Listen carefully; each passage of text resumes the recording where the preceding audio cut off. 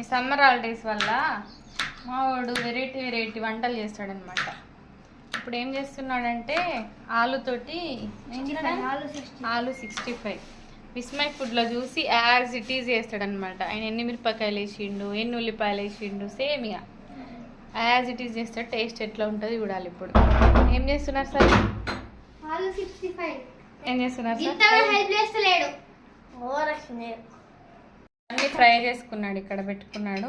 ఆలు వాడే చేస్తున్నాడు, అసలు నన్ను ఏం హెల్ప్ చేయనిస్తలేడు.